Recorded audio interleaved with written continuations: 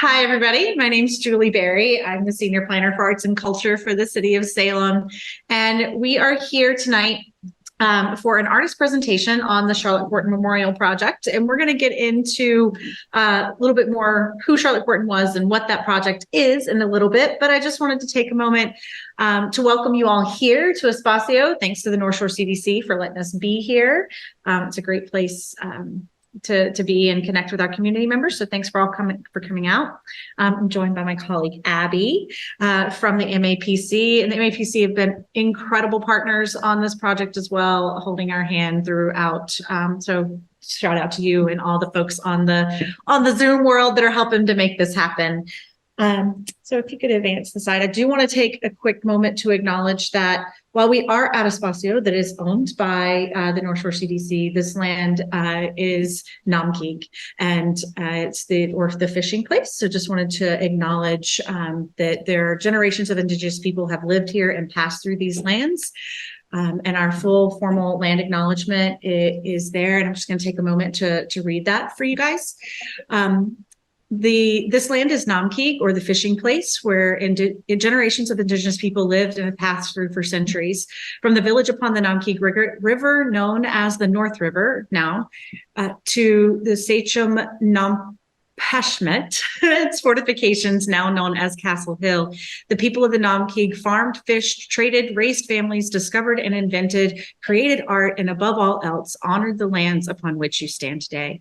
We acknowledge this is Indigenous land, and we also acknowledge the Massachusetts tribe who continue to honor and hold this land to the present. So thank you for that. And so this evening, we are gathered here to talk about our 4 finalists, semifinalists for the Charlotte Forten Memorial Project. All of those finalists have been invited to submit concept proposals, and they're going to be walking us through those proposals for their ideas today.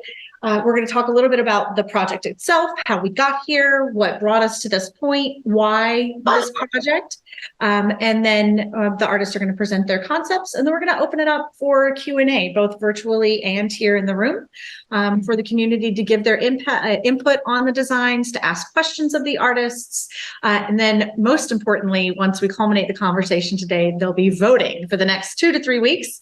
The community will be able to vote. So that's the agenda for today's meeting. Abby, take us away. Awesome. Thanks, Julie. And thank you, everyone, both online and in person. It's good to be here with you all. Just a little bit of housekeeping for today. This is a hybrid event, so please let us know virtually if you're having any trouble hearing us or seeing any of the presentations. We have 2 MAPC staff who are online with us, Naji Nunali, Community Engagement Specialist, and Anna Gupta, Arts and Culture Director, who are also providing technical support. We also have an interpreter online, Tracy interpreting into Spanish, and closed captioning and cart access through Lisa, who's also online. So if you need those services online, please feel free to reach out to the folks directly or post, and we'll make sure you get what you need. Just as there are signs here in the room, but also for folks who are joining, this session is being recorded and will be posted online for folks to be able to review all of the artists' proposals and their presentations after the fact. And we will follow up with a Q&A. We'll go back and forth with questions both in the room and then go to questions online and alternate back and forth for those pieces. Spanish interpretation is available, as mentioned, and virtual participants, if you can please stay on mute until the Q&A session. We'll ask folks to either raise their hand or share their questions in the chat. And also just want to say this project has been the work of a lot of folks, and a lot of vision has gone into developing the call for artists, but also for the funding that is provided from the National Endowment for the Arts and the City of Salem, and support from the Public Art Commission and the Metropolitan Area Planning Council as well. So super grateful to be here with you all, and we'll continue with some of those housekeeping items once we get into the times for the artist.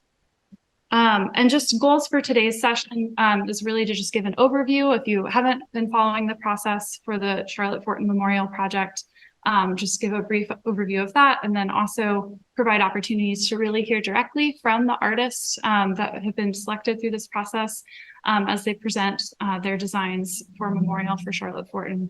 and the vision for the statue. And also really want this to be an opportunity to be in conversation for that Q&A and offer the opportunity for folks both in the room and online to be able to ask questions directly.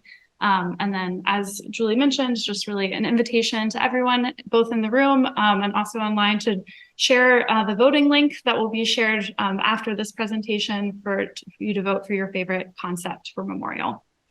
And with that, I'll hand it back to Julie. Wonderful. Thanks, Abby. We thought that just some high-level overview information for everyone involved might be nice.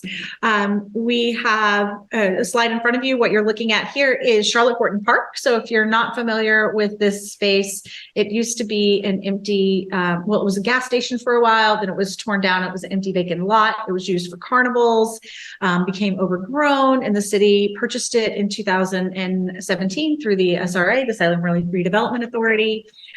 Who holds the land now. And they developed it through community input process to become a park. So this particular park was designed in concert and conversation with the community. And the resulting park had some play features, and there was also at the same time a naming campaign to go along with that, or voting voting opportunity, and the community voted to name the park in honor of Charlotte Forten. So it was dedicated Charlotte Forten Park in 2019. And it's right in downtown Salem. And so the park was designed through community engagement. It was named through community engagement. And at its onset in 2019, it had always been the desire of the community to have some monument to Charlotte Forten created in this space. And when I started in late 2019, after the dedication, I started working towards that. We did a collective imaginings for spatial justice process where we got together with a large group of community stakeholders and just brainstormed, what could be possible here, what are some ideas, and what rose up to the top was this desire for a bronze statue in the likeness of Charlotte Forten, larger than life bronze statue. So when you see the presentations later today, the form of the sculpture was informed, being a bronze sculpture looking like Charlotte, was informed through a community process. So we actually reached out to the community, asked them for their ideas. They voted on ideas and got input through that. And that voting was inspired by the collective process that we did with that large group of community stakeholders. So in the winter of 2022, we started working with the MAPC, and we put together this advisory group, also of community stakeholders, Charlotte Forten historians, people from Salem State University. Quick high level about Charlotte Forten, because we have somebody here who is going to speak about her specifically in a little bit. But Charlotte Forten was an abolitionist, an activist. She spoke out for women, equal rights for women, equal access to education for everyone, the abolition of slavery. And she was born in Philadelphia, spent a lot of her life here in Salem, and was the first Black woman to graduate from Salem State University, and also the first Black woman to teach in Salem public schools. So there's a lot of really important milestones for Salem within that, and one reason why we want to lift up her amazing life and living legacy. And so that's Charlotte and my colleague Gwen, which actually gives me a great dovetail into our next process. So sorry, really quickly. In the 2022, we started working with the MAPC. We got together an advisory group. We started working to develop a list of goals and values that we felt were important from Charlotte's legacy to draw out through this memorial that we thought the community would want to lift up and see elevated. With that, the goals and values guiding that process, we released a call for artists in the spring. Thank you, MAPC. And then we got semifinalist proposals that we're now reviewing. And so that's where we are right now, is looking at these semifinalist proposals. And then the community is going to be invited to vote on what they like, what they don't like. Tell us your feedback and what resonates with you and why. And tonight, each one of those artists will have a chance to present those concepts to you. And so to give a little bit further context, without further delay, I would love to invite up Ms. Gwendolyn Rosemond, one of our project advisors, and also a Charlotte Forten historian, former professor at Salem State University. and fabulous person all around. She's also a member of our Public Art Commission. She's going to talk a little bit about how we got to this place where we are now in terms of what elements of Charlotte's life we decided to focus on. Thank you. Thank you, Gwen. I can talk about Charlotte for 5 minutes. I can talk about it for an hour. So I'll try to get a little bit in the middle. As you just heard, she was, well, let me back up a little bit. She was born in 1837. And obviously before the Civil War, she was born in Philadelphia. And she is the 4th generation of her family born free. Her great, I think I got all of them in there, grandfather was enslaved, brought to this country as an enslaved. The family, once the grandfather was free, the family proceeded to prosper and was quite wealthy for the time. However, even though Philadelphia did not have enslaved people, it was definitely a place where there was oppression, where there was bigotry. And so when Charlotte was born, when she became school age, she was what we would call today homeschooled. In the context of her family's abolitionist activity. So from a very young age, from birth, really, she was surrounded by people. Frederick Douglass, John Green Whittier was one of them involved in the company around the table. Other abolitionists that we know of today. Charlotte was sitting there in the parlor or in the dining room listening to these conversations. She was homeschooled, and when time came for her to move into the public schools, the Philadelphia schools were still segregated.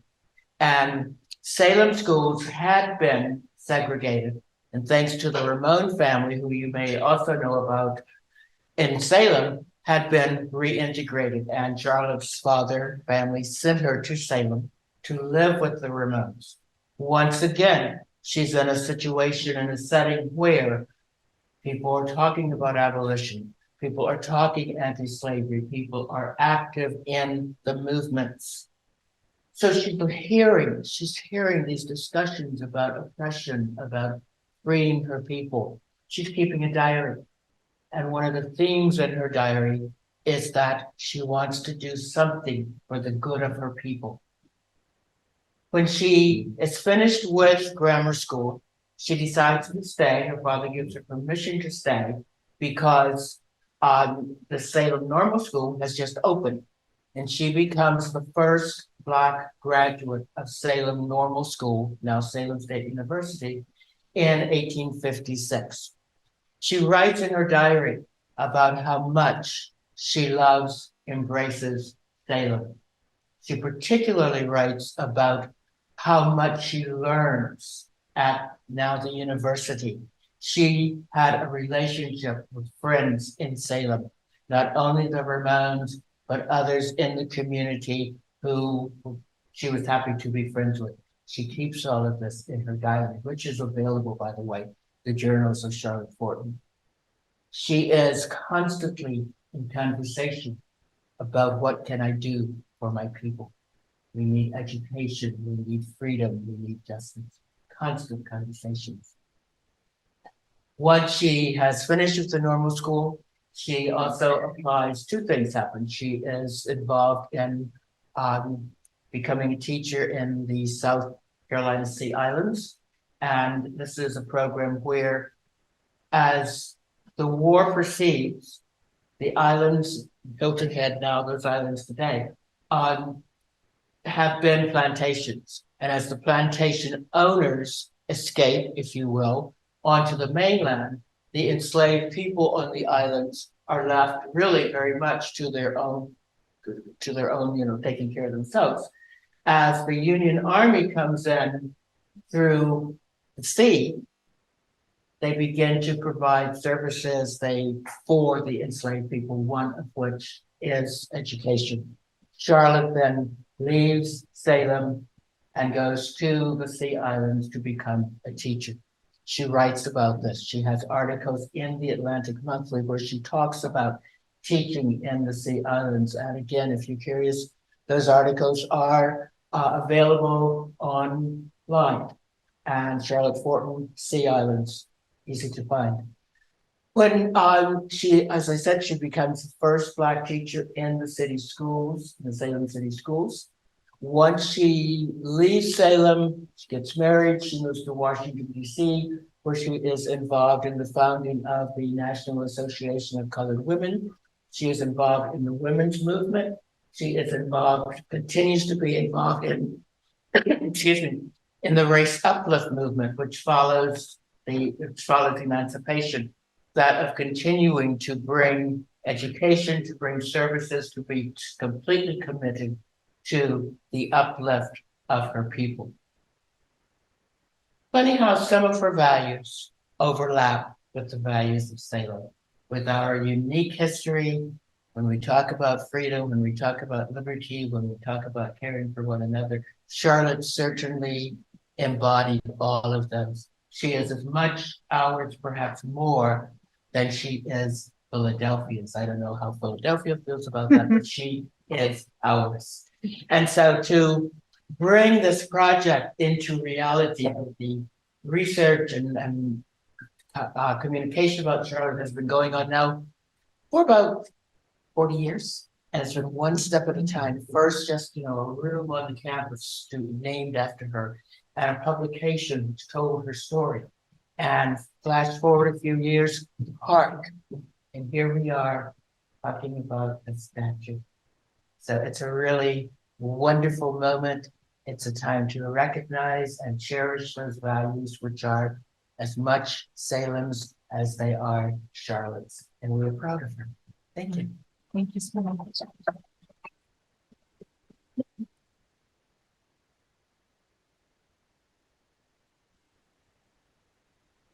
Thank you so much, Gwen. And so as Gwen mentioned, we're going to be creating this monument in her honor, and we want your voices to be heard in that process.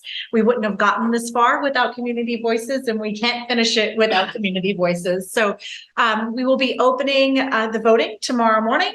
First thing, actually, you could vote when you leave here tonight if you would like. There's voting slips on the table. The page is live. So if you would like to take the slip with you and vote tonight when you leave, please feel free. The voting will be open through October 9th at midnight. 11:59 p.m. And we will use that information to inform the final review and selection. It won't be based entirely on people's choice because there's technical aspects that have to be factored into that as well. But that will be one of the heaviest factors, will be the community feedback. It'll be weighted most heavily. So we're looking for you guys to give us that feedback so that we can make sure that that community input thread is carried through for the rest of the project. So please spread the word about the voting as well. Sorry. So this is just a little bit of, I think this was meant to be background for Gwen, but I skipped a part and I apologize. I moved around in our agenda, but so these are the values and visions that we have articulated and outlined in our project through this community process that has brought us this far. And things like justice, we want the monument to be inspirational. We want it to be invitational, inviting people to engage with it, relatable. Can they connect to it? Does it, are they able to relate to it? And of course, accessible, understandable, and also physically accessible. So those are just the high level visions and values that we're sort of looking to, that we brought to the table, and we challenge these artists to speak to. So without further ado, shall we introduce our artist in general, Abby? Yeah. I'll just note also the project values came from the project advisors, and then also there's a printout in the back, and we can also share this document with folks online. That is actually the history and background of Charlotte Forten that Gwen wrote for the call itself, and so that's what is printed out in the back as well. Thank you. So just to briefly introduce all of our artists, and then we will bring them one at a time into present. And I think we're just are we gonna have them all on screen at first for quick introductions? Yes, okay. So we have 4 semifinalists that were invited to submit design concept proposals for us. David Allen Clark and MJ Clark. No, Ken is not one of our artists. Hi, Ken.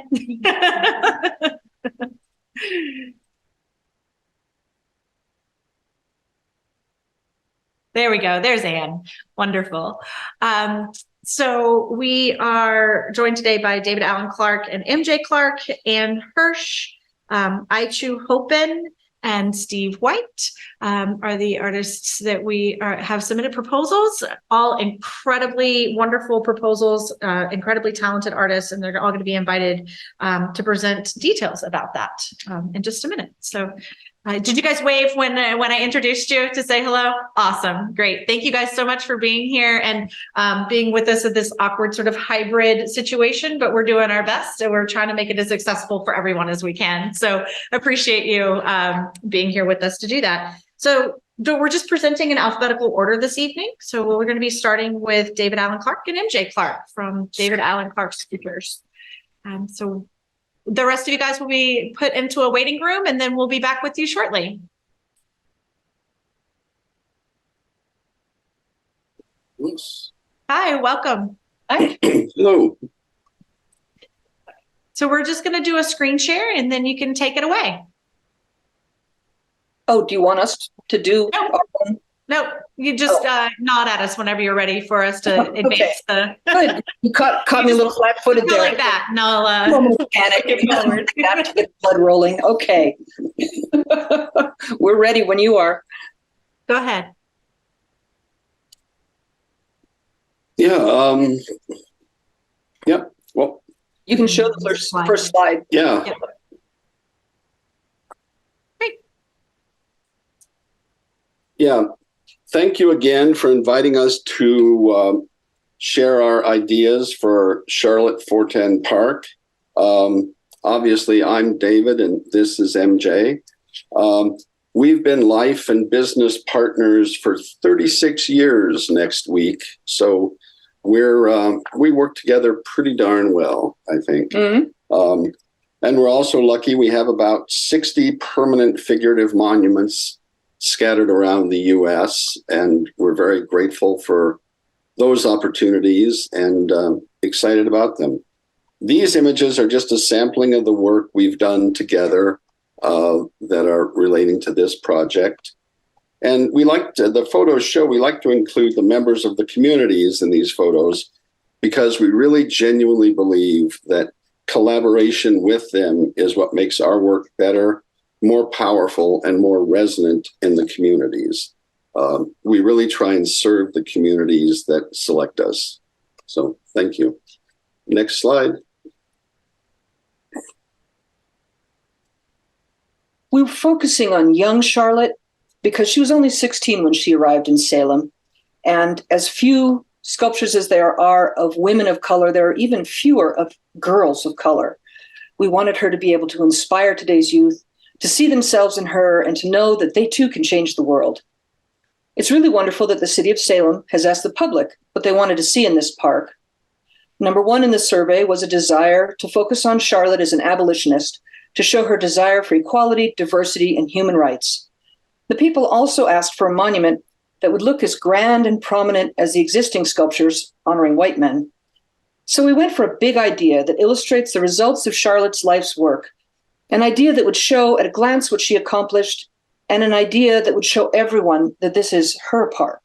Next slide, please. We show Charlotte bursting open a giant shackle, a symbol of slavery. 3 years before she moved to Salem, the total population of enslaved people in the United States, according to the census, was 3,204,313 people. Slavery was all-encompassing. It shadowed Charlotte's world and that of millions of others. All of Charlotte's work was geared towards the ending the horror of slavery. That's why we made this symbol so big. The shackle is 9 feet tall at the flange at the top of the shackle, and Charlotte, who is still only 16, is 5 foot 2 inches tall. We wanted to show this slip of a girl triumphing over slavery. She's in a power pose and she is striding forward as if the weight of the shackle were nothing. She's going to accomplish what she set out to accomplish. Yeah, we really wanted to do a 21st century sculpture and a 21st century image of Charlotte and not do an illustration of what she might have been doing in 1855.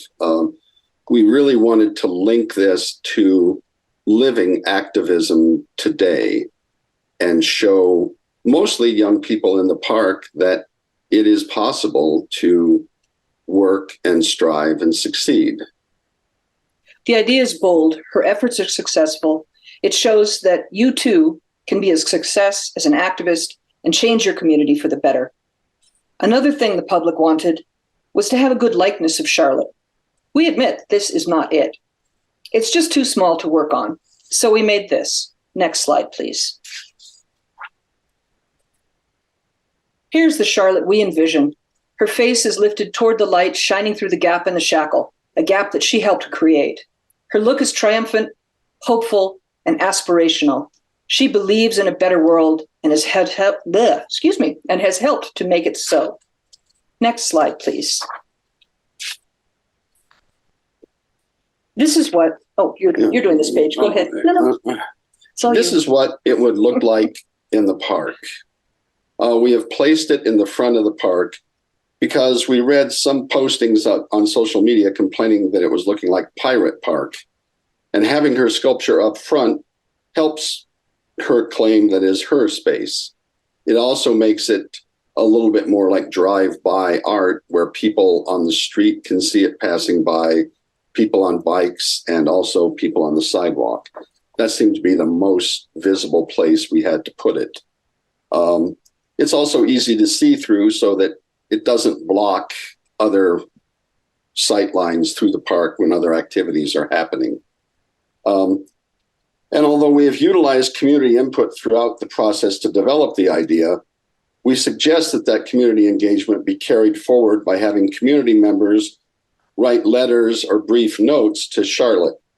These would then be duplicated on the back and sides of the sculpture base and would be a lasting contribution to this local landmark.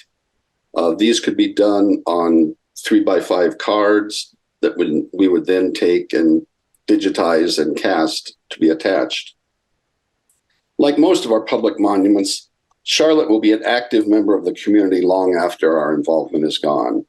We have seen our sculptures dressed in Santa hats at Christmas, holding flags on the 4th of July, wearing various college colors during the appropriate times, and be a background for countless family pictures and selfies. Because bronze is literally forever, this lasting monument will be involved within our community for many, many years. And just as a note going forward, our working style really values teamwork above all else. It's not lip service. It's not a proposal. It's something we do. It's something we raised our kids to do. And like any good team member, we know that clear communication is key. We strive to be open to all feedback and ideas that come our way because we know that a cooperative effort is more likely to reach our shared goal of an iconic sculpture in the landmark location. It's about Charlotte. It's about you. It's not about us. In our view, we're only partway done with the creative process. We look forward, hopefully, to completing it with all of you. Thank you for inviting us to present our idea. Thank you. Thank you so much. We appreciate it. And if you would hang out with us for a little bit longer in the waiting room, we'll call you back when it's time for our Q&A. Be happy to. Thank you both so very much for being here. We'll be back with you shortly. Excellent. So that was our first presentation. We will have three more, and then we'll follow that up with a full Q&A with all four of the artists. So you get to ask any questions. So we just ask that you reserve your questions till the end. So next up, we will be asking Anne Hirsch to present. Hi, Anne. Welcome.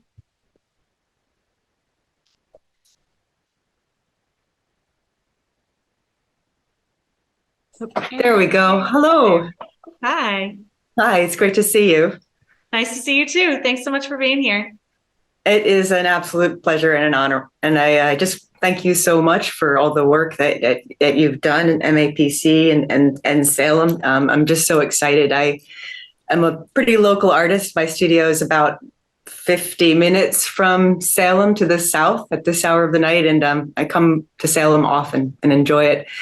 And I'm just really excited about this project. And I'm wondering if I'll we'll, I guess, launch the slide presentation in a second. Whenever you're ready, we can start it. Terrific. Hi, everybody. So I've spent the last couple of months getting to know Charlotte through her writing. And it's been an incredible journey for me. There's so many things that I've read that really make me understand that she was such a driven, compassionate, deeply faithful person. But there's one quote that stands out to me perhaps more than any other, and it is the following. She wrote, while she was in Salem, actually, she wrote, "Let us labor earnestly and faithfully to acquire knowledge, to break down the barriers of prejudice and oppression. Let us take courage, never ceasing to work, hoping and believing that if not for us, for another generation, there is a better, brighter day in store."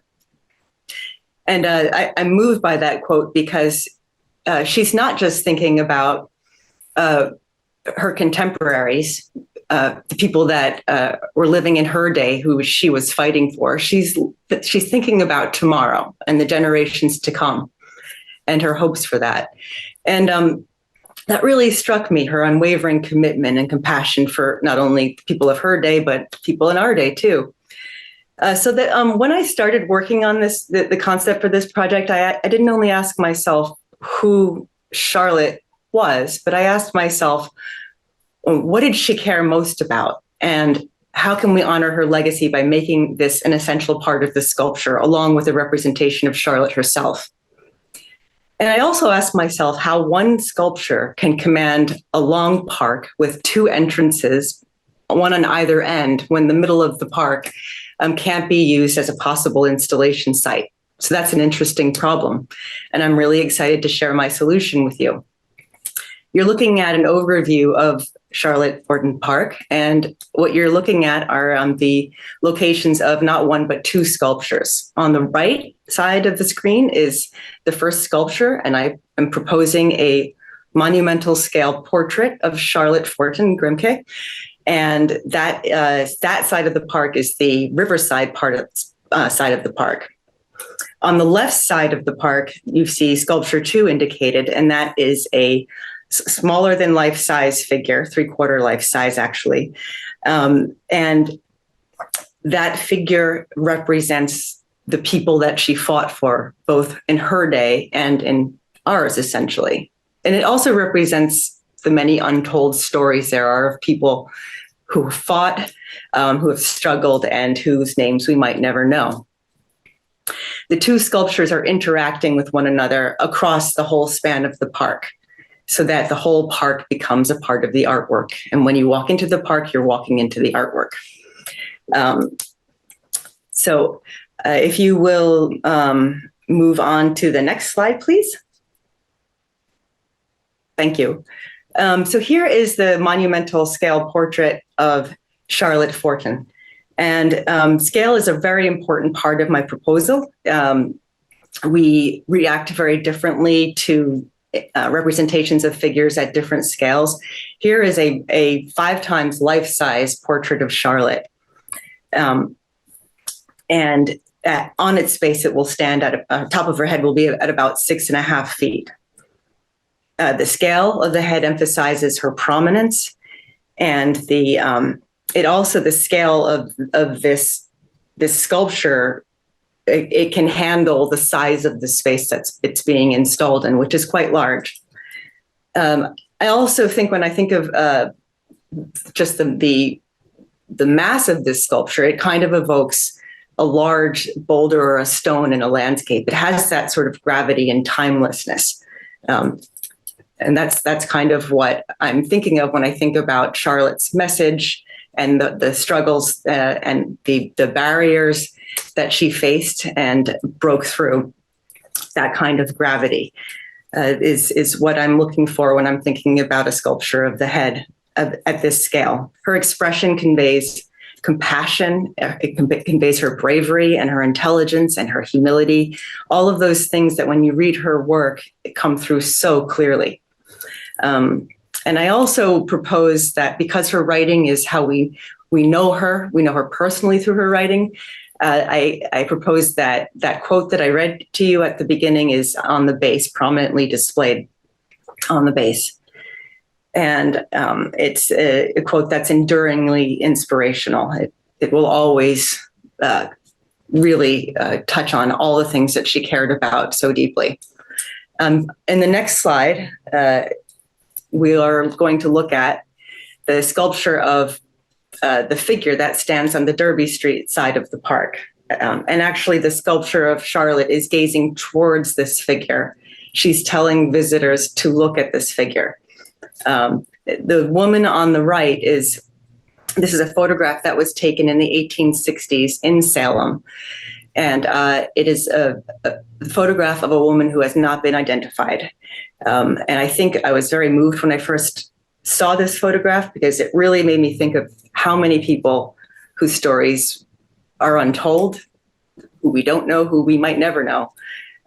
She represents the people that Charlotte fought for, and she represents perhaps who we might think about when we think about who we should fight for. Not specifically this person, but who is it in our community who is there that we need to fight for. So that's the significance of the second sculpture. It's under life size because scaling a figure under life size conveys a sense of vulnerability. But the figure is on a tall base so that the figure's head is at about 6 feet. And by raising the figure on a pedestal, it conveys the figure's importance, its significance. You'll notice on the base that there are images, and they wrap around what is actually going to be a bronze base. And I'm proposing that we create these images together. I would be in Salem conducting workshops with community members who want to be involved in the project, who would make drawings or contribute text on the subject of untold stories, on the subject of Charlotte's peers, on the subject of abolition, suffrage, and civil rights movements in Salem, along many of these themes. And I would take those drawings, translate them directly into bronze, which is a process that I used in North Square in Boston's North End, where I worked on a series of 4 sculptures very closely with the community and held workshops with 2 grammar school groups of students from 2 grammar schools locally who made drawings that we translated into bronze that have become a permanent part of the sculpture so that one day maybe they'll bring their kids to look at their work, the work they did when they were 8, 9, 10, 12 years old. Could you go to the next slide, please? And this is just a 1-minute warning for your thank you. presentation. Okay. Here are images of the sculptures, renderings of the sculpture in the space, so that you can get an approximate idea of the scale and how they'll work on site. Space is not only scale, but space is a very important part of my proposal. The distance between the 2 sculptures is a place where the question can be asked, what is the relationship between them? And it's more about asking a question rather than making a statement, which I think is oftentimes a powerful gesture in making a piece of public art. Not to tell people how to think, but to have them ask a question. And the next slide, if you would please go forward. The last slide I'm showing you is, these are examples of my work that I've done, pieces that I've done to give you an idea of the style, the renderings that I just showed you would actually be if they were to be in full scale bronze sculptures. Psychology and a sense of human presence is really important to achieve in my work, and it's at the forefront of my mind when I'm sculpting a figure. And I just you can see that animation in a work, it brings a sculpture alive in a viewer's imagination, and that's incredibly important to me. And I arrive at that place through a great deal of research. With that, I just wanted to reiterate my thanks to you for allowing me to show you my idea. And thank you for this opportunity. And that's it. Thank you so much, Anne. We really appreciate it. We'll bump you back into the waiting room for a little while we do the next presentations, and then we'll invite you back for our full Q&A with the community. Thanks, great. With us, okay? Great. Thanks so much. Thank you.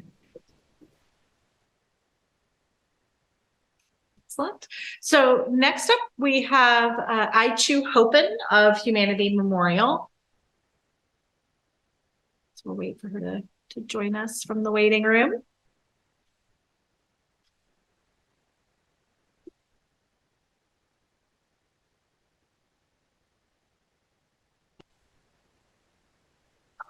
Here we are.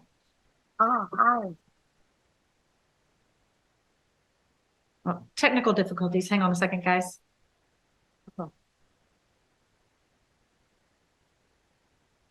There we are. Hi, welcome, Aichu.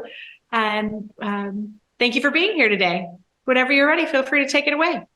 Okay, happy to be here. Yes, we can start now. She's starting to go. Yeah, do have a. Here we go. We'll advance the slides and share our screen for you. So just let us know when you want the next slide. Okay, great. Our concept is about honor her spirit for freedom, and we truly believe that this is a movement, and to honor her courage, and we believe she should not be sitting or standing still, because her courage had made her American hero.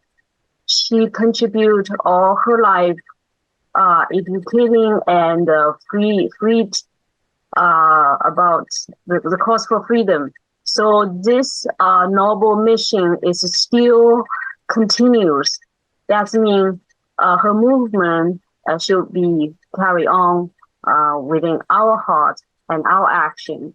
So I believe if we want to honor her spirit, we got to let her walking as the trailblazer, as the one that lead us forward, especially in our society now. We cannot stand still and we cannot sit down. We got to stand up. We got to move forward. And that's the concept for the monument, to honor her spirit. It's moving spirit of love. Please go to the next slide. When we're creating her, we think it's important that her hands holding a book, but this book is not just resting. This book is ready to give to you. So we want to show the motion of her giving herself, because all her life she has been creating this great spirit of giving. And so much so, she will greeting her students. And one of the most moving quotes, she says she can see no clouds in their eyes. And that's why we want to create this glowing image of her, reflecting the sunlight of hope in her heart, and also is a reflection of the children's hope when they come to her and when she gave her love and her education to them. So I want to create this motion of her giving book forward. Thank you. Next slide, please. So we are thinking about, she is not just someone we want to honor as a past. We want to honor her as her enduring legacy that is still impactful, is still affecting us. That's why all of us come together, want to build this statue. So we want to honor our collective efforts, that we want to honor who she was not just somebody give education. She is a poet that writing powerful poetries And there's a poetry still moved my heart, moved so many. So I was truly moved by her poetry about, I never saw before me children so eager to learn. And I wanted that, her soul, her spirit, to be who she were, to let her poetry speaks, not just motionless statue. It's about connecting with her soul and her poetry. That's why I want all the words that is on her everywhere as her being that comes alive, not just comes alive physically, it comes alive with her poetry and her spirit and her love, her courage, her resilience. And we want to create this image of a loving, caring, courageous freedom fighter that we can touch, we can connect as one another, as a human family.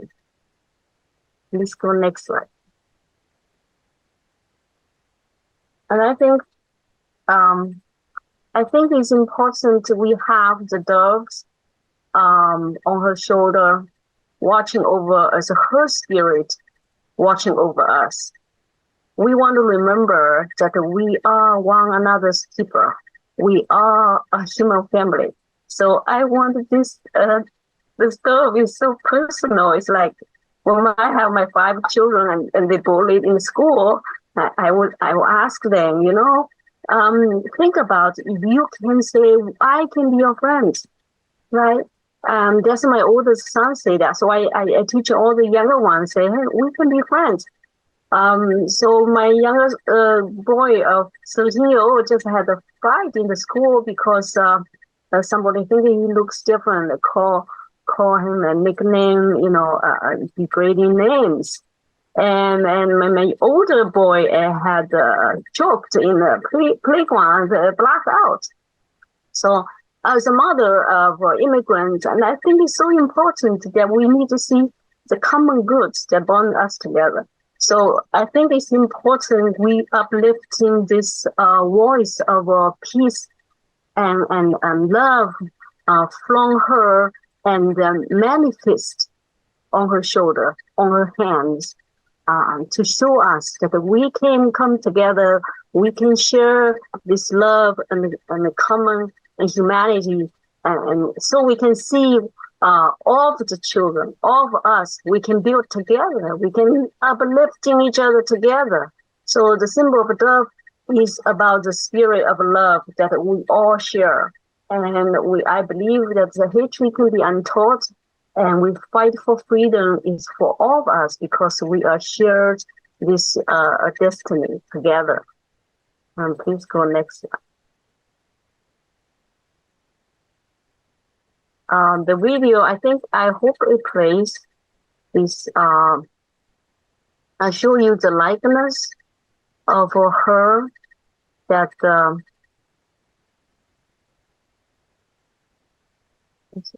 okay. To create the likeness of her.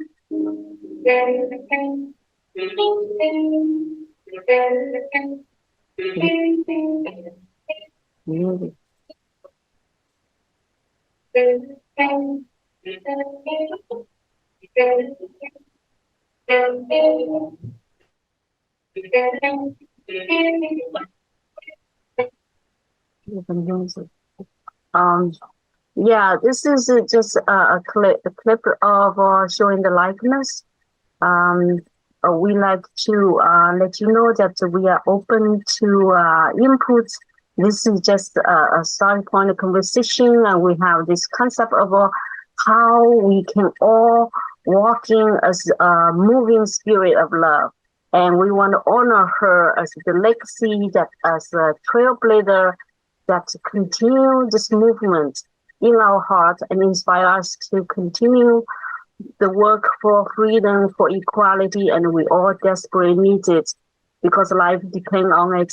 Because so many brothers and sisters, we all still fighting for freedom, and we think it's important that we don't sit, we don't stand still. We want this monument to be a national iconic courage of love, of unity, of moving forward, not just another statue that to be forgotten. So I know this approach is not conventional, but I truly believe that we can do this. We can create something truly is from our heart, and we will honor her through her movement, courage of moving forward, not sitting, not standing, because she is not any ordinary woman. She is a leader. She is our conscience and the love, compassion we need. Thank you so much.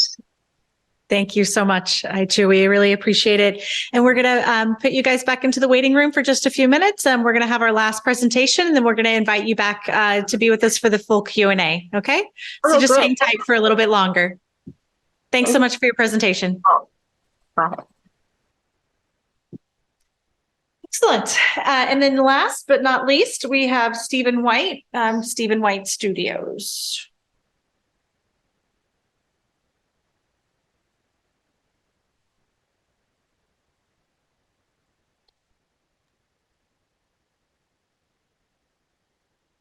Hello? Right. Are we Hi, ready? Stephen. Oh, sorry. That's okay. We're just still getting you pinned. There we go. We're all set with our technical stuff now. Hi, welcome. Thank you so much for your patience and for being here this evening. No problem. It's a pleasure. Yeah, we have your presentation queued up. So whenever you're ready, feel free to just dive right in. Excellent. Well, thank you again for this opportunity. It's always a pleasure, and it's a highlight of my job to, aside from, the final project and seeing the public's interaction and involvement with it, learning about new people and their great work and being able to celebrate them is really, what keeps us going in this job. What we wanted to do with this particular piece is make it slightly over life size. We estimated that she was about 5'4", 5'6". We're going to do it about 5'10". And we wanted to have her approachable, so people can really interact with her, as well as have her raised enough to show her stature and her importance. So you can see from this initial little sketch here about the approximate scale. And we really wanted to have a marching forward with her work, symbolically sort of really stepping into the affray of what she's up against, and leaving a trail of her writings and pages from a diary. We really we thought that the pages that are coming off set a story of her history and legacy, and we would work with the committee and the public to say what we want to say in those, but they would be absolutely readable. And then she's standing on a pedestal, but also that has quotes on, which you'll see in a second, and a kind of foundation of knowledge and a foundation of the books that influenced her and that she wanted to have influence other people. We really wanted to have her in a forward motion because she was nonstop in her work, marching forward with her education and the abolitionist work. And we wanted that to come across in this piece. The whole, you can move to the next slide. The whole piece is on kind of like, almost like an arrow facing forward to emphasize that. And we wanted to really, have some movement to the piece. So she's not just sort of sitting behind a desk or we wanted her to look like a real person that people can identify with, and then learn about her with the writings. Then we can go to the next one, I think. So we would have a stone base that would have that would match the stone that's around the park. And I'm not really too concerned about where you want her, as long as, the main photographic angles don't have the sort of murals and things in the background. And so when the word is being spread about her good work on social media, we can all have nice images of her. So she would be on the stone base, and then we would have quotes that we work with you and the committee and the public, either little poems or important quotations from her, and they could be all around the base. And the base is angled so they could be read, even though they're low, they could be read from standing just by her, as well as all the book titles would be able to be read. And if you go on to the next one, we might come back to these. So each of these pages, we're having her write in her diary in general, but also have pages come off in bronze. And then each page will be an important part of her life and career, and some poems and, the conversations and documents that she's using to address slavery. And some of these will be able to be rubbed over. We call it brass rubbing in England, where you can put a piece of paper over it and, run a crayon over it or something like that. And it would actually transfer onto the, a child's or whoever's a piece of paper. And then these are absolutely touchable. So the more people touch them, actually, the more the writing will be even more legible. We're going to make sure that it is legible for everybody, and we can have, the multiple pages there. She's her total height's going to be about 7'8", maybe longer, taller. But if you wanted a taller pedestal, we could absolutely do that too. We're expecting the project to come in $2,000 to $10,000 under budget, plus the contingency. We would have her looking determined. I've got her a little bit too smiley on this maquette, but we'd have her definitely looking determined and wearing all her usual attire. And then, nice leather-bound books and documents that she's elevated by. And that's a brief look at what we're hoping to do. We came up with a few designs, but we think this one really is different, but also gets across subtly some of the points we really want to try and get over to the public, as well as having information to read on her. But we could also include a more inclusive sort of bio plaque off-site, slightly off from the piece. That's really what we've come up with, and I'm really pleased with the design so far, and we look forward to just this being the Kickstarter for, if we get chosen, we will work with everybody to really develop it to be exactly what the committee and the public want for Salem. Wonderful. Thank you so much, Stephen. We really appreciate your time. Oh, we have a model sign here too. Oh, great. Yeah, we have about a minute left of your time if you would like to show. That's great. So this is after this. There we go. So you can see her in the round there. Yes. Give us just 1 second. We're going to make the screen that you're in bigger. 1 second. There we go. Lovely. So you can see her in all her action. There we go. Great. Thank you so much. Yeah. And we're going to be inviting all of you back in now for the community Q&A. So just hang tight with us as we make that transition. And thanks so much for your presentation. Thank you. Thank you all. in the room, we're going to start the Q&A in just a moment. We're just going to take a second to reset all of the tech and make sure everyone can both do Q&A virtually and online. If you'd like to grab another refreshment, that's great. We'll be bringing the microphone to do Q&A in person. All four on the screen. Yes. So for the Q&A, that's why we need a minute to sort of get the technical situation queued up a little bit here. Yeah. Oh, the pictures of the project. Maybe. Maybe. Give me a second. Let's stop the screen share. Online, thank you so much for your patience. We're just going to reset all of the tech if you didn't hear just a moment ago.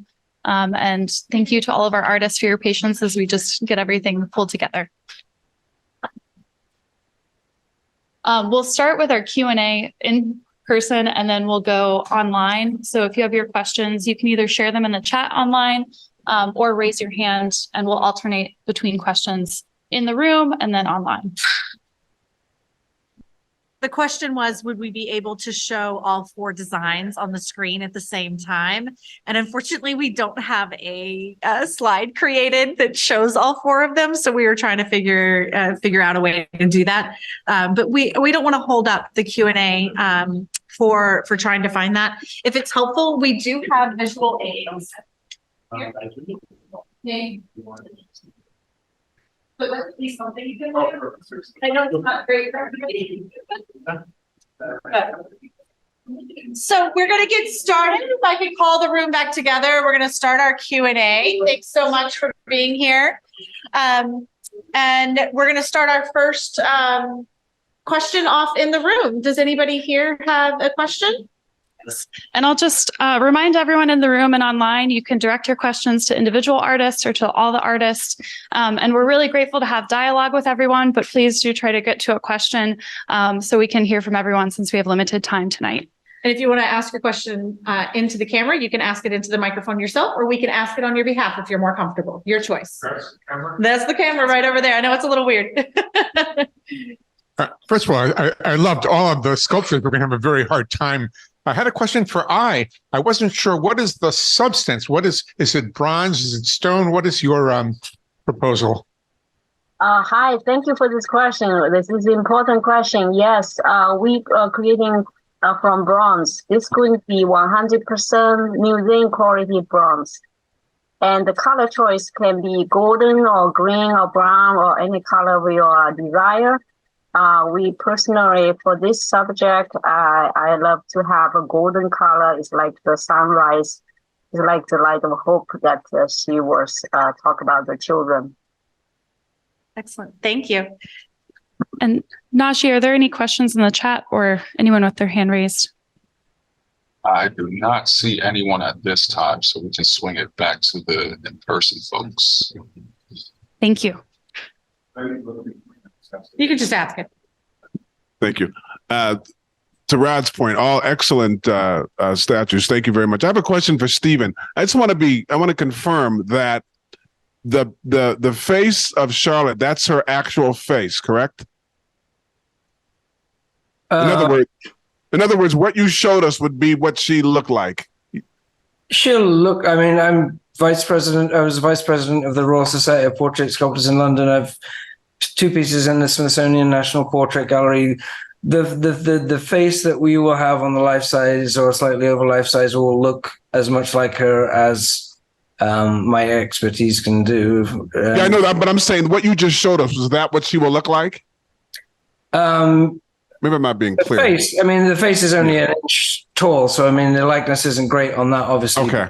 But what we generally do is when the piece is in progress, we take the head off the piece and work on that, and we will work back and forth with the committee and interested parties until you're happy with the likeness. Thank you. Thank you, Nate. I think there's a question in virtual space. Correct. I'll pass it over to Yeti.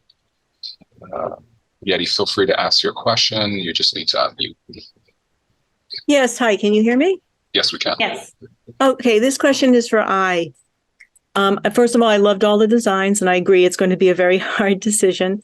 So my question is, it looks like your sculpture is stepping down off of a pedestal. I can't really tell. Is it moving? Is she walking forward on the ground or what is the pedestal? What's your concept? My concept, I try to make her accessible to all the people. So I make her standing on the ground so everybody able to come up to her instead of holding up tall and isolate her.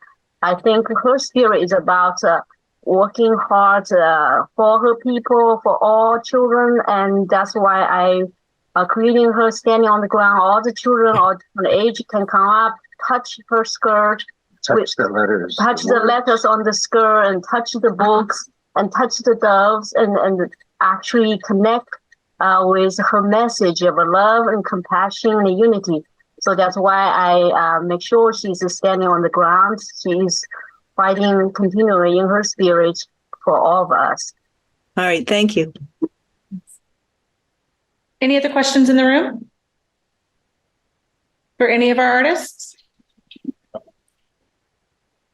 They all are lovely. I had a question, especially for Dave and Ellen Clark, regarding your inscriptions that all four of you plan on writing regarding some of her words that she had stated. The location of where it's going to be so that someone young, 3 feet tall versus someone might be 6 feet tall. What made you strategize of where you're going to put those scriptures of what you want to have written? Oh, you can go ahead. Oh. It's on the base. Yeah. It's only 21 inches high, so it's right where little kids would be seeing it. Yeah, we wanted to keep it, integrated with the piece, but yet not overwhelm it. So we pretty well wanted to keep the letters to Charlotte wrapped around the base in some regard, so that children would be pretty easy to see it. Did that answer your question? I guess you had the shackles, is that what it's called? Mm-hmm. Will there be anything written on the sides of the shackle, or is it just on the base? Well, we actually debated that in terms of community involvement, because something along those lines, we were thinking that the shackle is a negative, is very much a negative, and that you could actually have, again, community, you could suggest things that are currently shackling people, and keeping them down now, whether it's poverty, lack of jobs, lack of health care, lack of transportation, things that are issues in their lives now that act as impediments to being, to fulfilling, your best life and your community's best life. So that's something that if we're favored with the commission, we'd kind of like to talk to the community and see how they want to deal with it. Because you could do positive kind of love letters to Charlotte at the bottom, as we suggested, or you could, and then you could currently engrave negatives, on the shackles currently. There's quite a lot of surface there. You could do things from from slavery era, and you can do things from now. Charlotte could figuratively free you of them. So it would be sort of a hope that by engraving it on the shackle, that it would no longer be holding you back. Yeah. But we opted first to suggest the love letters to Charlotte because we thought that was something that the children would especially be interested in doing.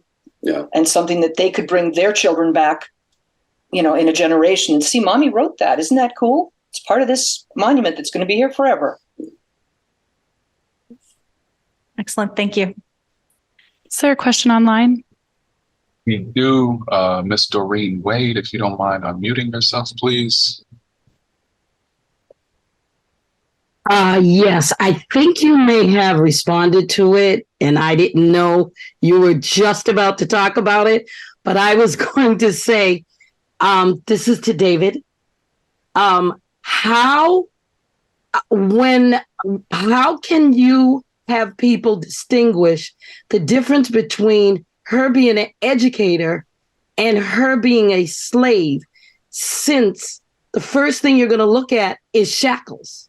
And since she wasn't a slave, do you think that could kind of be misleading to the public? Again, it's something we talked about, but and you can't control how people respond to your art, once they see it. But we thought that the vision was, triumphant enough, and it was such a clear victory message that a victory over, over slavery with, through abolition, that her components, whether it was her poetry, her writing, her teaching, those all led toward her, victory, over slavery. Yeah. And the shackle is humongous. It obviously doesn't fit any living person. It's more of a giant symbol than actually something that is in use. It's supposed to symbolize how she is helping to abolish slavery and open up the shackles, and both literally for abolishing slavery and figuratively for helping the freed slaves learn to read, because it was illegal to teach a slave to read. And she felt that that was a key component of anybody who wanted to make their way in that world, to be able to read and write. I'm not sure. Great. Thank you for that. We have another question here in the room. Did you have a question? Yeah. So two of the proposals have writings on them, and I know someone else was asking about will they be able to see, but also I think one of you said that you could change it depending on what people thought. So did I hear that correctly? Because I haven't read all those quotes yet, so I'm just curious to see what they are. So my question is, can those be changed if the Public Arts Commission or the people don't like one of the quotes? So I think this question would be directed to Stephen and I Chu. Correct. So Stephen, if you want to respond first. Absolutely. We would have some suggestions, but we can, because I wanted to include documents that aren't just her quotes and poetry, but are some of the statistics that she was collecting and some important documents at the time. So I would definitely be all about the input that we can get from the committee, from the historians, and what we think would appeal to everything from children to scholars in the whole piece. And there's plenty of room for getting all of that across, but nothing is set in stone. But we will definitely have plenty of time to get exactly what the public and the committee want on the page. Great. Thank you for that. Aichu, would you like to respond to the question? This is wonderful, wonderful questions, because the letter is the soul. And so much of each letter is about who she were.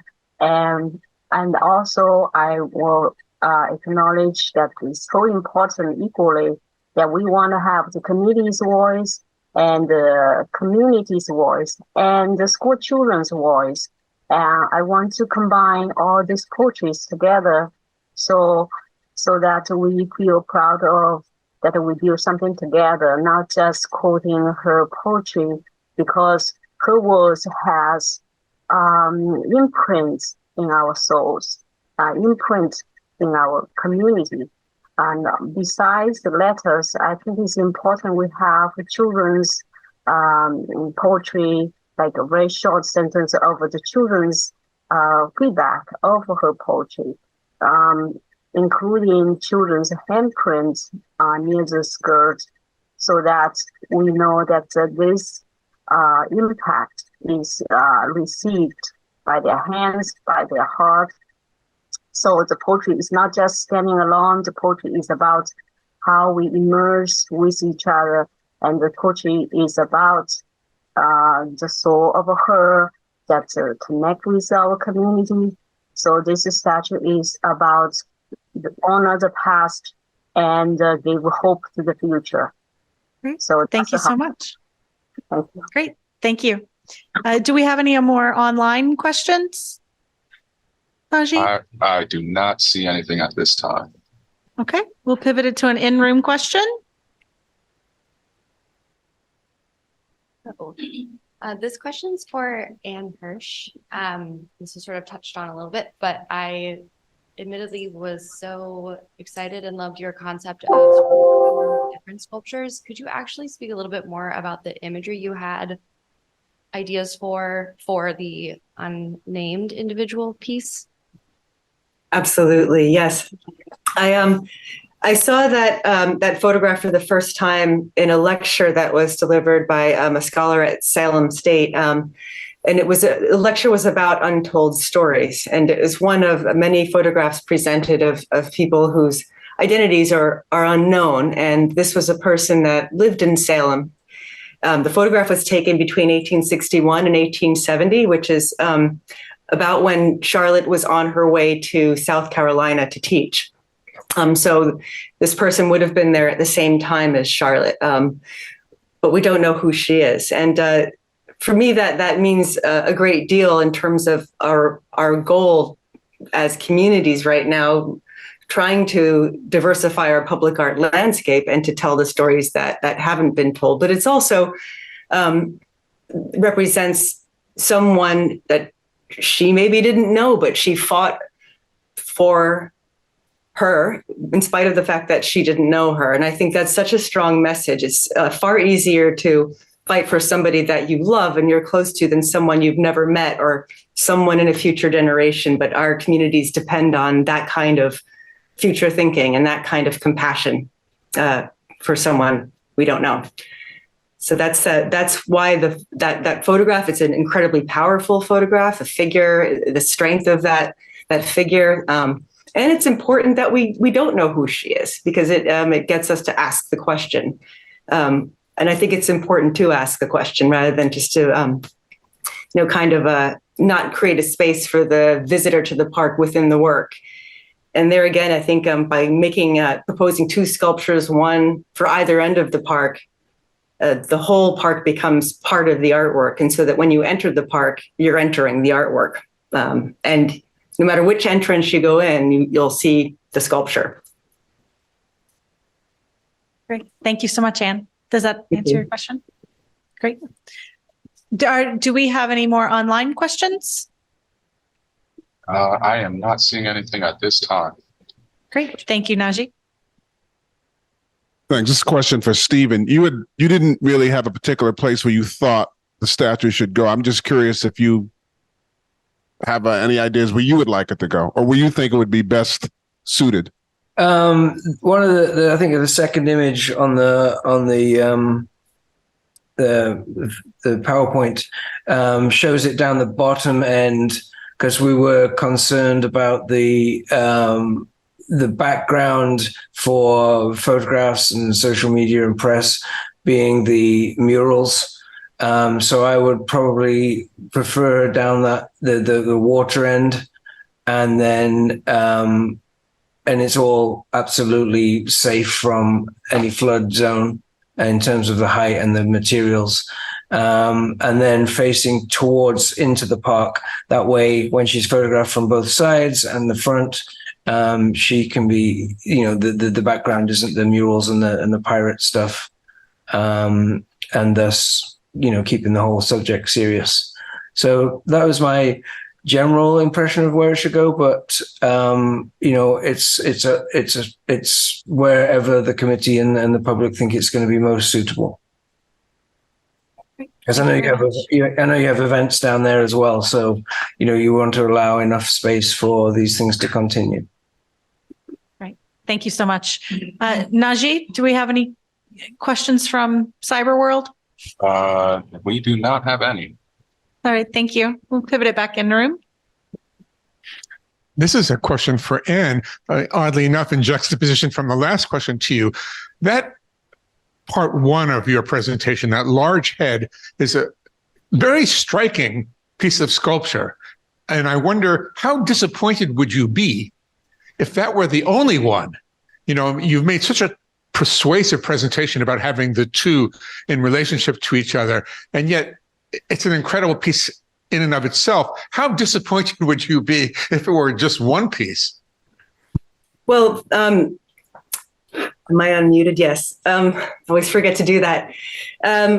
Thank you for saying that, sir. And I think that what I first want to say is that what I've proposed is entirely preliminary, but by the nature of the process we're engaged in, we have to submit a full concept, taking into account all of the different issues, site placement, all of the different elements, so that you can see where we're coming from. But that doesn't mean that, and this is actually to reiterate one of the other folks who spoke, it isn't set in stone. It's open for revision.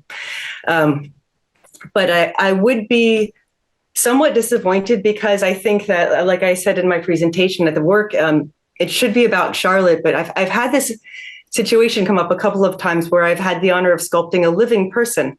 And what's often happened is, in conversation with that person, they sometimes don't, they feel a little bit daunted at the idea of having a bronze monument put up to them.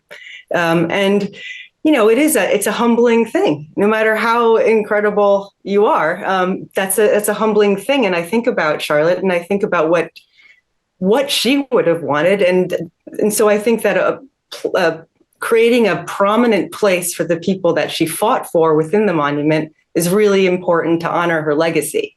That being what she fought for and the lessons that she has for us. But yeah, I would be somewhat disappointed, but I'd be interested in hearing, where we can take that and move with it and see what else is possible. Great. Thank you, Anne. Do we have any online questions? I do not see any. This is a question, and it's another follow-up related to the second statue of the unknown woman. You may have shared it, but I didn't remember hearing. Is it a literal connection that's made that people understand as to why the unknown woman is there? Or is it, you said you just have to ask, who is this woman? And you walk away perhaps with that question in your head, never knowing the answer to that.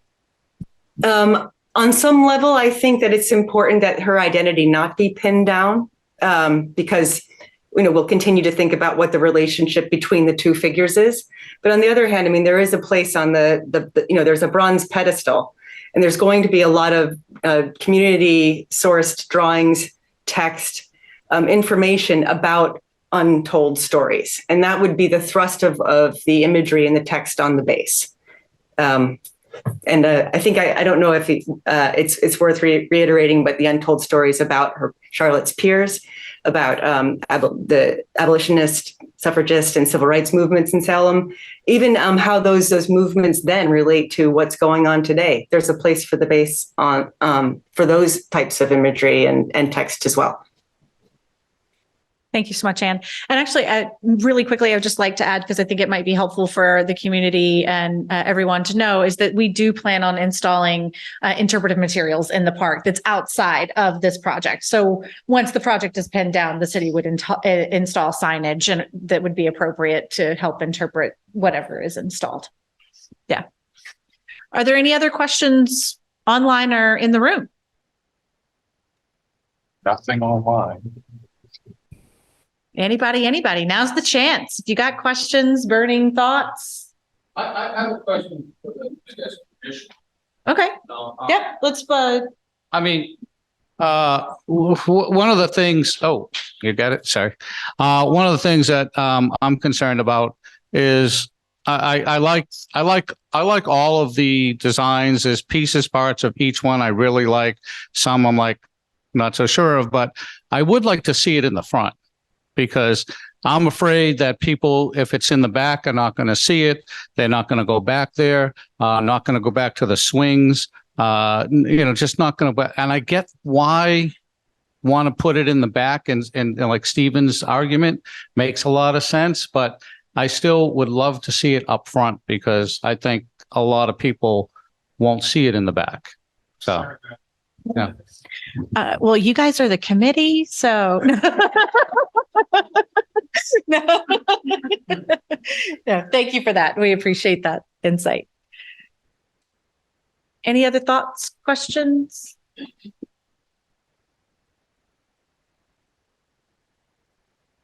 Thank you all for submitting your work. All the work was very intriguing and interesting. This question is specifically for the project, The Moving Spirit of Love. I wanted to ask you about how long did it take you to come up with that concept of the moving spirit of love? Like how long did it take you to actually come up with that concept? Oh, you're muted. I'm sorry, I can't hear you. Hi, this is such a wonderful question. This is poetry. Is another African American writer writes an incredible moving poetry about her. Talk about how much she loved children, loved the light, loved the plant, and loved all things beautiful. But the plant still here, the grass still here, but the sea is gone. But the one thing we know for sure, where she is now, she is the moving spirit of love. She's the gentle spirit that moves. So I think that is about her. And it's a famous quote, and I would like to share with the community, if we are honored to serve you, that you can see why that poetry is so powerful. It's a reflection of her work, that she is the gentle spirit that moves. Not only moves in the world, she's moved in our heart. That's where the title and the concept come from. That's wonderful. I also wanted to state that I think you did a wonderful job at really capturing the physical features of her face. It's quite, for me, enduring and welcoming. And I can definitely tell right away that she is an African American woman. A lot of times we, see sculptures that it is supposed to be, but the features aren't really telling of that. So you did a wonderful job with that. And I just love the birds, how they're coming to her. So to me, if a bird is to land on your shoulder, there's something there that's connecting and peaceful. And, so I really, I like that a lot. Thank you so much. Thank you. Thank you so much. That means so much to me.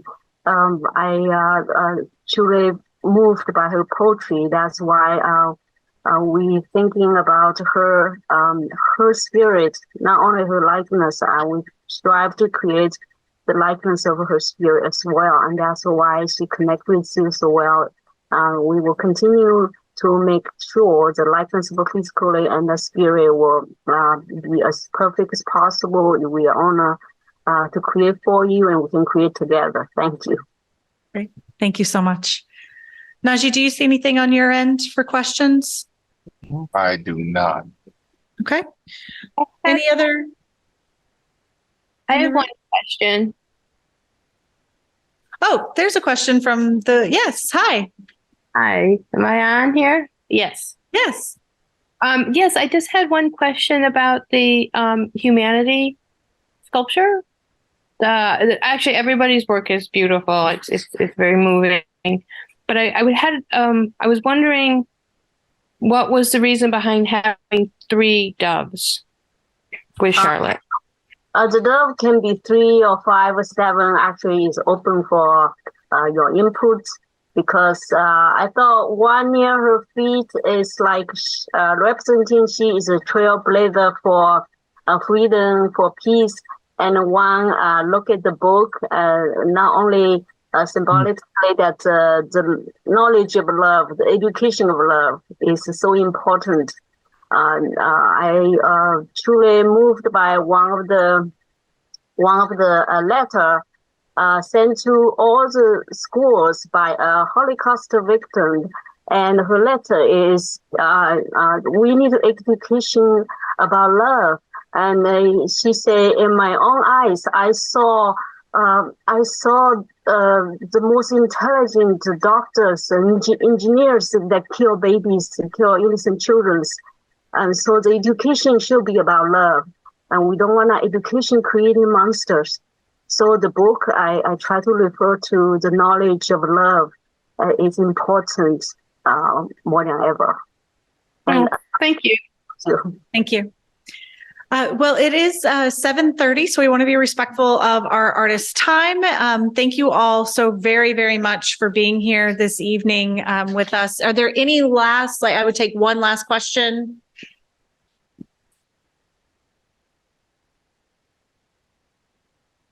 Hi, this question is for the moving spirit once again. Did you intend for this to actually be up on a pedestal? Because I do notice that it's on the. She answered that question previously, if I may. Sorry, it would be attached to the ground. So there's a metal plate that the sculpture would be attached to, and that would be on the ground, flat on the ground, not on a pedestal.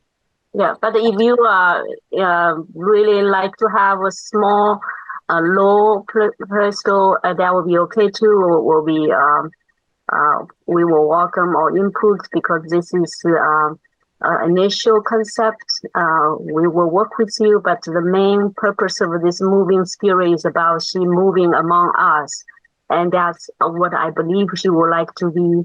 Honors as a moving spirit that is not holding tall secrets from us, but is walking among us and becoming part of us. Thank you. Thank you. Great. Thank you so much. Wonderful. Well, to be respectful of our artists' time who are visiting from across the United States, they're actually all over the place. Thank you guys so much for being here this evening with us in our community. It's really important for them to be able to hear from you directly so to make informed decisions about this piece. So thank you all for your time. And to all the community members that joined us remotely, thank you so much as well. We really appreciate you being here, and for all of you in person. It's a really wonderful opportunity to come together and imagine what this can be together. So thank you so much. And remember to vote. You let your voices be heard. Tell your neighbors, tell your friends. We do have voting slips over there. Voting will be open through October the 9th at 11:59 p.m. Please let your voices be heard. This is your sculpture, your Charlotte. So let's make sure that we're reflecting that. Thank you so much. Someone asked if they could put the voting link in the chat. One of our tech gurus, do you think that's feasible? No? Yeah. Okay, yes. If you guys want to hang on, we'll make sure that it happens. Thank you guys so much for coming out. Really appreciate it. Have a great night. We can also send out the voting link to everyone who attended tonight's event. Yes, since we do have your emails from you participating remotely, we'd be more than happy to distribute the voting link to everyone who attended this evening. Thank you so much.